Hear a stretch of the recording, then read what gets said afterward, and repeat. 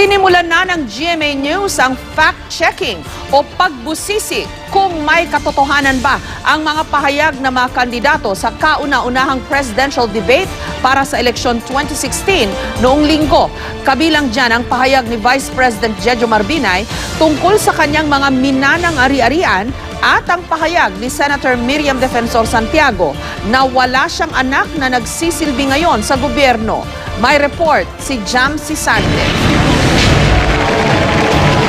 Sa Pilipinas Debates 2016 noong linggo, ito ang sinabi ni Vice President Jejo Marbinay nang mapag-usapan ang kanyang mga ari-arian. Hindi po totoo na ako ho maraming lupa. Ito ho either naman ako o ito ho ay nabili ko. At hindi lang ho sa nanay ko yun, pati po sa tatay ko.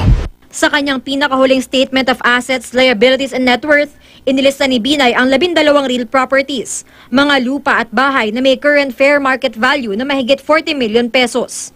Nakalagay na siyam dito ay nabili raw niya.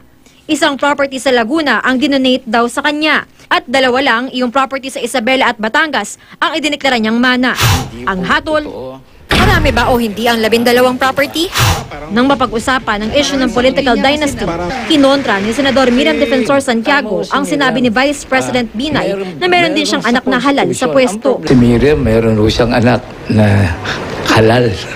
Kailangan sagutin niya kasi may nabanggit uli. Ang anak ko noon tumakbo na party list representative. After one term, he did not run for another post.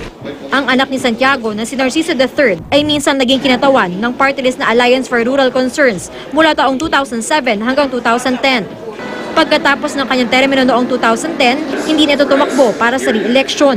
Ang hatol, totoo pero totoong si Narciso III ay hindi tumakbong muli noong 2010 elections. Pero kasalukuyan na itong tumatakbo bilang first nominee ng sinag tungo sa kaunlaran party list. Jamsi Sante, GMA News.